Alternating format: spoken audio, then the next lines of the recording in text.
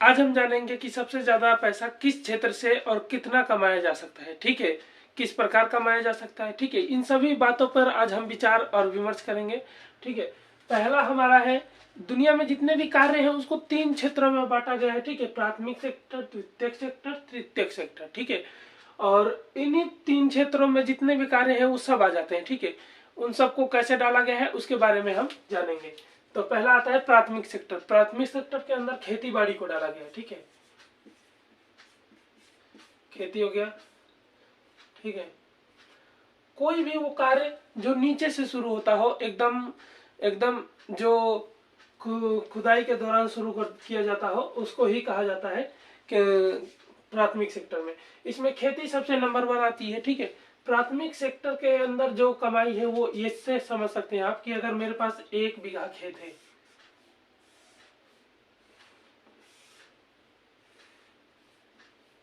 1 बीघा,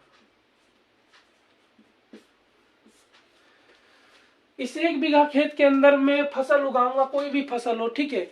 अगर कोई भी फसल मैं उगा सकता हूं, लेकिन अगर एक नॉर्मल, अगर भारत के अंदर का जो किसान, भारत का जो किसान है, उसके पास इतना क्षमता नहीं है कि वो कोई भी फसल उगा ले, ठीक है। तो हम इसमें अधिकतर जो फसल है हमारे हिंदुस्तान के अंदर वो गेहूं और चावल को ही ज्यादा उगाया जाता है, और भी फसलें उगाई जाती है, लेकिन एक नॉर्मल व्यक्ति जब खेती करता है तो वही इन्हीं दोनों फसलों को चूज करता है, ठीक है। या तो इसमें चावल उगेगा या गेहूं, वो इन्हीं दोनों चीजों को उगाता है। अगर हम इसमें देखें तो 1 बीघा के अंदर जो गेहूं हो या चावल, वो खूब से खूब निकलता है तो 2 से 5 या 10 क्विंटल निकल जाता है, ठीक है। तो अगर 5 या 10 क्विंटल गेहूं या चावल निकल जाता है, साल में 6 महीने ये होता है, 6 महीने ये होता है, यानी कि पूरा साल इन दोनों फसलों में निकल जाता है 1 बीघा का क्षेत्र, ठीक है। अब हम एक बार इसको गुना करके देखते हैं। अभी भारत के अंदर जो क्विंटल के हिसाब से चावल गेहूं जा रहे हैं वो 1200 से 1500 है। ये रेट ऊपर नीचे होता रहता है, ये कोई फिक्स रेट नहीं है, लेकिन हम इन दोनों के हिसाब से निकाल कर देखते हैं तो 1200 से हिसाब से 5 क्विंटल का 0 0, 5 दूनी 10 का 0, हाथ में लगा 1, 5 एकम 5, 6।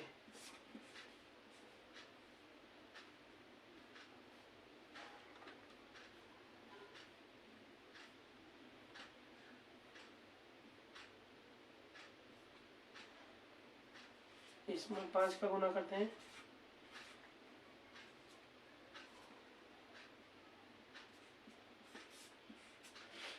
ठीक है। तो ये निकल गया, अगर वो 1 बीघा खेती करता है और रेट अच्छी हो तो 1200 और 1500 जाता है, वरना हमारे यहाँ के जो बिचौले हैं वो सारा रेट खुद ही खा जाते हैं। सरकार तो रेट अच्छा देती है, लेकिन वो बिचौले जो है वो सारा रेट वही खाते हैं, ठीक है। एमएसपी जो होता है उसको हम अलग वीडियो में समझेंगे, लेकिन अभी आप ये समझिए कि वो किसान 60,000 या 75,000 दोनों को जोड़ दिया जाता है तो 60 120 30 और 35, 1,35,000 रुपये सालाना कमा लेता है। वो भी प्रत्येक परिवार नहीं कमा पाता है इतना पैसा, क्योंकि अभी इसके अंदर ये तो 1,35,000,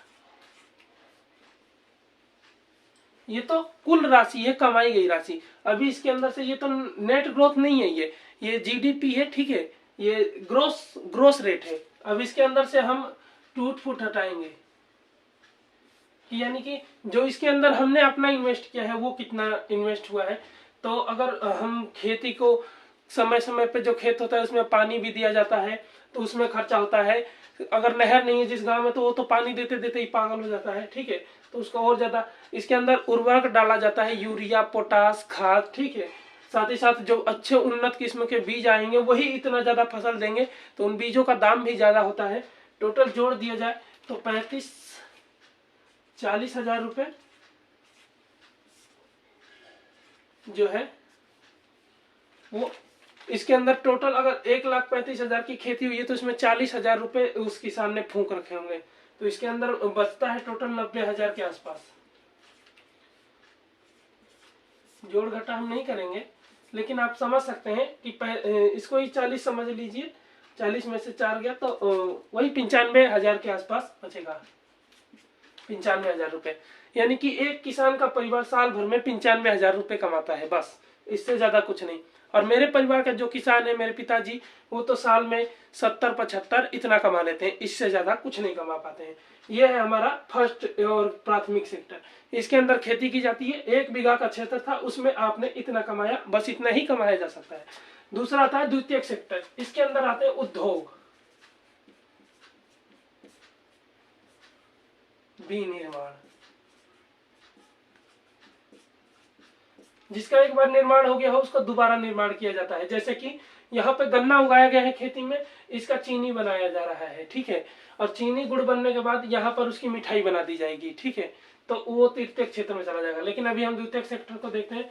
जमीन से हम रखते हैं 1 बीघा,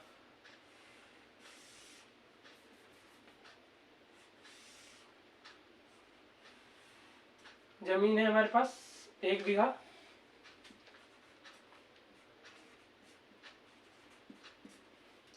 देखते हैं इसमें से हम द्वितीयक सेक्टर में कितना कमा लेते हैं। 1 बीघा जमीन बहुत ज्यादा होती है। 1 बीघा जमीन में अगर हम कंपनी खोलते हैं, कोई उद्योग करते हैं, तो बहुत बड़ी बात है, क्योंकि 1 बीघा जमीन बहुत ज्यादा होती है। मैं इंडस्ट्रियल एरिया में रहता हूं और यहाँ पे मैं देखता हूं कि लोग बाग 500-500 गज के जमीन में ही अपना कंपनी खोल देते हैं, एक छोटी सी कंपनी। बड़ी कंपनी तो आप जानते हो कितनी भी बड़ी हो सकती है, लेकिन एक छोटी सी कंपनी लोग बाग यहाँ पर एक छोटे से स्थान पे खोल देते हैं। और मेरे घर के बगल में ही एक घर है, वो घर टाइप का ही है, ठीक है, कंपनी टाइप का नहीं है। वो मात्र 250 गज का ही है। पूरा जमीन 250 गज का है प्लॉट।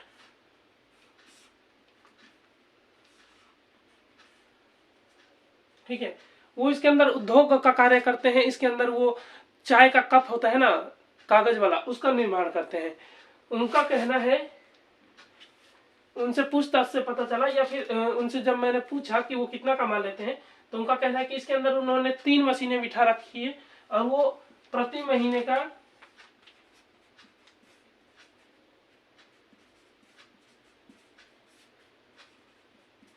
1 मशीन से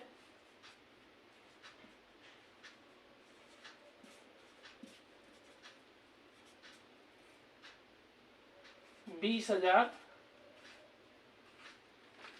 से 20-25, 20-22, 20-25 इतना कमा लेते हैं एक मशीन से। 3 मशीनें बैठा रखी है, 60,000 उनका महीने का आता है, ठीक है, महीने का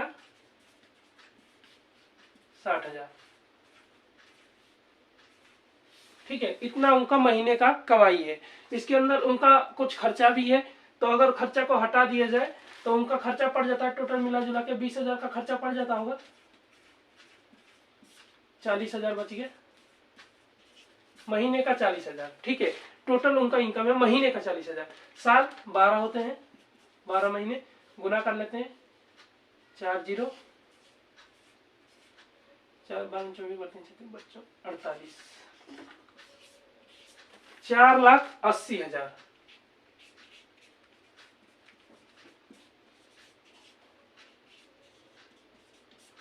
4,80,000 वो एक छोटे से क्षेत्र से ही कमा लेते हैं, ठीक है।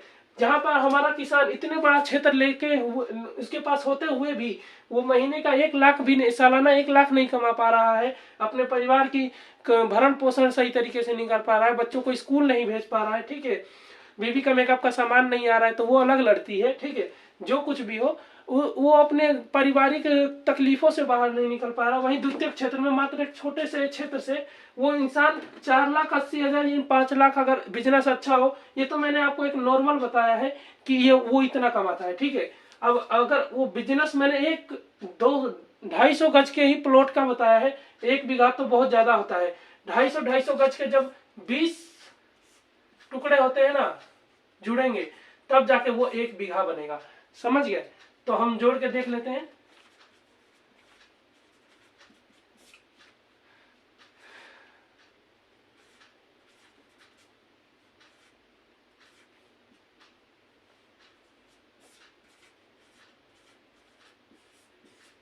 पांच हजार गज का प्लॉट होता है, वो जाके 1 बीघा बनता है, ठीक है। तो आप समझ सकते हैं कि वो कितना ज्यादा कमाएगा इतने बड़े क्षेत्र से, जितने में हमारा एक किसान इतना बड़ा क्षेत्र होते हुए भी 1 लाख नहीं कमा पाता है। तीसरा सेक्टर हम देखते हैं, तृतीय सेक्टर, इसके अंदर आता है सेवा क्षेत्र।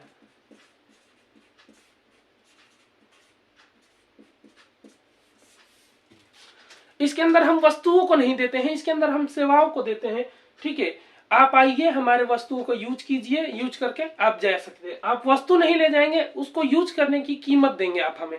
ठीक है, ये सेवा क्षेत्र है हमारा तृतीय सेक्टर। सबसे ज्यादा जो कमाई है वो तृतीय सेक्टर में है। आप इसको ऐसे समझ सकते हैं, कोई सा भी ऐप ले ले आप, ठीक है, गूगल ले ले या आप यूट्यूब ले लें,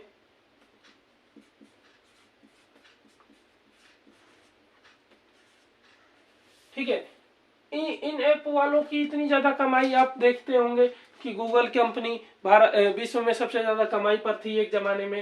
यूट्यूब भी इतना ज्यादा कमाता है। आखिर ये कमाते कैसे हैं? तो ये क्या करते हैं, बस ओनली फॉर गूगल को हम क्या अपने घर पे जेब में रख के घर ले आते हैं? नहीं ना, हम क्या करते हैं, मात्र गूगल का यूज करते हैं।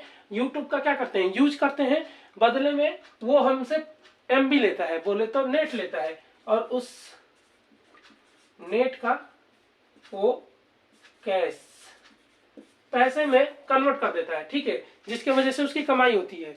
आप देख सकते हैं वो किसी को कुछ नहीं दे रहा है, उसका सामान उसके पास ही है और वो इतना कमा रहा है। ठीक है, तो आप तृतीय सेक्टर में समझिए कितना कमाई है। और आप समझ सकते हैं, जैसे कि एक हमने कमरा ले लिया, यहाँ पे कमरा को और ज्यादा छोटा कर देते हैं। ये 250 गज का था ना, हम कमरे को मात्र 50 गज का कर देते हैं। 50 गज का कमरा बहुत बड़ा होता है। ठीक है, आप इसको छोटा मत समझिए, 50 गज ज्यादा बड़ा नहीं, मात्र 50 गज की बात कर रहा हूं। इसमें एक टीचर है, वो पढ़ाते हैं। ठीक है, ये टीचर है, ये पढ़ाते हैं, बच्चे हैं पढ़ने वाले। इस 50 गज के प्लॉट जो कमरा है, इसके अंदर पहले शुरू में 20 बच्चे थे। ठीक है, तो वो एक टीचर पढ़ाते थे। पढ़ाई क्या है, एक सेवा क्षेत्र है। उसके अंदर वो टीचर क्या खुद को बेच रहे हैं क्या? नहीं, वो अपने नॉलेज को बेच रहे हैं। वो बोर्ड पे आते हैं, घींच देते हैं, बच्चे आके उसको घींच लेते हैं अपनी कॉपी में। ठीक है, तो इतना ही वो करते हैं, इससे ज्यादा कुछ नहीं। कमरा उतना ही बड़ा है, जितने में उतने ही कमरे में वो 50 बच्चों को पढ़ाते हैं। शुरू में कमरा बहुत बड़ा होता है 50 गज का, 50 बच्चों को पढ़ाते हैं, 500-500 रुपया फीस है उन सबकी। ये तो मैं 50 बच्चे को एक नॉर्मल सा ले रहा हूँ, आप 60-70 भी ले सकते हैं, क्योंकि 50 गज का कमरा आप समझ सकते हैं, हम लोग 10 बाई 12 का ही कमरा बनवाते हैं। ठीक है, और उसके अंदर हम लोग पूरा परिवार या ये कहें तो 4-5 लोग रहते हैं वो बस पढ़ने के लिए। तो पढ़ने के लिए जगह कितना चाहिए? इतना जगह काफी होता है पढ़ने के लिए। 60 बच्चे बैठते हैं, हर बच्चे से 500, 60 बच्चे, 0,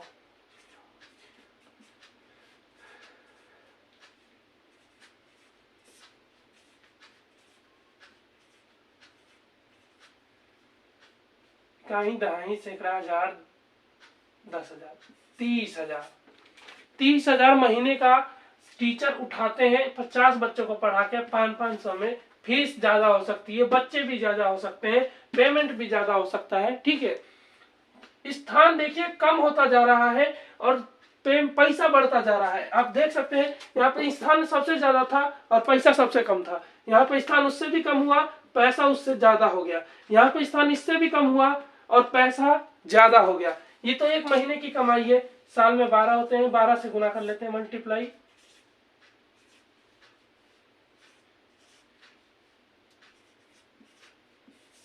$3,60,000। ठीक है, ये तो एक टीचर का 50 गज का कमरा है, उसके अंदर की बात बताइए। यहाँ पे 4,80,000 आया था, इससे कोई बड़ी बात नहीं है।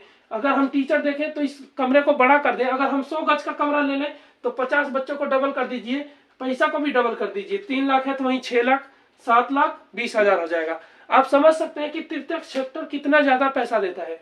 तो आपको समझाना, उस पूरे वीडियो का मोटिव बस यही था कि पैसा इन्वेस्ट करना है तो प्राथमिक सेक्टर में ना करें। ठीक है, द्वितीय सेक्टर में करें या तृतीय सेक्टर में करें। अब आप कहेंगे कि हिंदुस्तान के अंदर तो पापा मम्मी मानते नहीं है, ये हमारे यहाँ की पुरानी बातें हैं। मतलब मम्मी पापा को एकदम हाथ धो के पीछे पड़ जाते हैं। अगर वो मान भी जाते हैं तो गांव वाले नहीं मानते हैं, ठीक है। इसके पीछे अगर आप देख सकते हैं, खेती अगर करनी भी है तो उन्नत किस्म के खेती कीजिए, टेक्नोलॉजी का यूज कीजिए, ठीक है। हमारे पुराने पुरखों के जमाने की तरह बैल और कोल्हू लेके निकल जाएंगे तो बस हो गया खेती, ठीक है। तो फिर आज भी वैसे ही भारत रह जाएगा।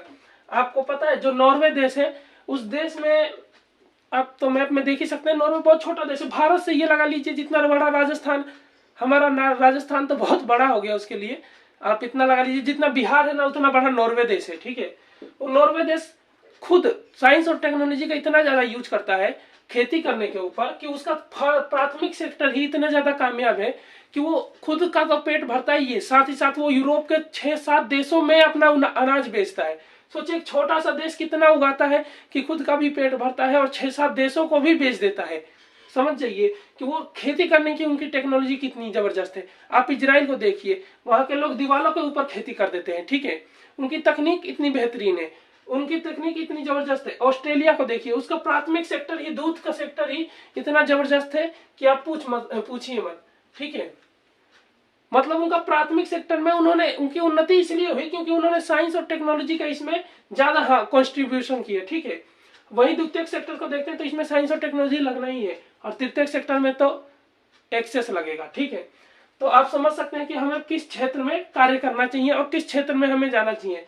जो यूट्यूब पे वीडियो बनाते हैं, गूगल पे काम करते हैं, जो किसी प्लेटफॉर्म पे काम करते हैं जहाँ पे सेवाएं देते हैं, वो उनको सेवाएं देते देते कुछ समय तो लगेगा, साल, 1.5 साल, 2 साल, लेकिन जब वो कामयाब होंगे ना वहां पे, तो वो इतना पैसा कमाएंगे कि आप समझ सकते हैं, ठीक है। यहाँ पर और बाकी इन क्षेत्रों से आप कितना ही कमा लीजिए, कितना ही मेहनत कर लीजिए, ये 1 बीघा गेहूं के अंदर ना, 1 बीघा जो जमीन है इसके अंदर अगर अभी उन जो फसल है उससे हम 95,000 कमा रहे हैं तो खूब कमाएंगे, बुढ़ापा आते आते ना तो हम 1,40,000 पहुंच जाएंगे। 1,35,000 है ना जो, अब उसके अंदर खर्चा पर्चा सब निकाल के 1,35,000 या 40,000 तक पहुंच पाएंगे। इससे ज्यादा कुछ नहीं होगा, क्योंकि जब मेरे दादा वादा खेती किया करते थे उस समय वो कंधे पर हल रख के और बैलों के साथ जाया करते थे। तकनीक बदली, अब ट्रैक्टर आ गया तो वो उसके पीछे ही हर लगा होता है, हल लगा रहता है, वो सब जोत देता है। आज मेरे पिताजी खेती से अच्छा मुनाफा कमा रहे हैं, लेकिन मेरे बाबा से वो कितना ज्यादा मुनाफा कमा रहे हैं, खूब कमा रहे होंगे तो 50,000 ज्यादा कमा रहे हैं। मेरे बाबा उस जमाने में 20,000 कमाया करते थे, तो अभी मेरे पिताजी आज के टाइम में 50,000 कमा रहे हैं, ठीक है। तो मतलब मैं ये आपको ये समझाना चाहता हूँ कि प्राथमिक सेक्टर में भारत के अंदर साइंस और टेक्नोलॉजी में यूज करके खेती बाड़ी करनी है तो ठीक है, वरना आप द्वितीयक और तृतीयक सेक्टर पे ज्यादा जोर कीजिए, ठीक है। और आपके लिए वीडियो में इतना ही, ठीक है। आप समझ सकते हैं कि हमें सबसे ज्यादा किस सेक्टर से पैसा आ सकता है। पूरा वीडियो देखने के लिए धन्यवाद।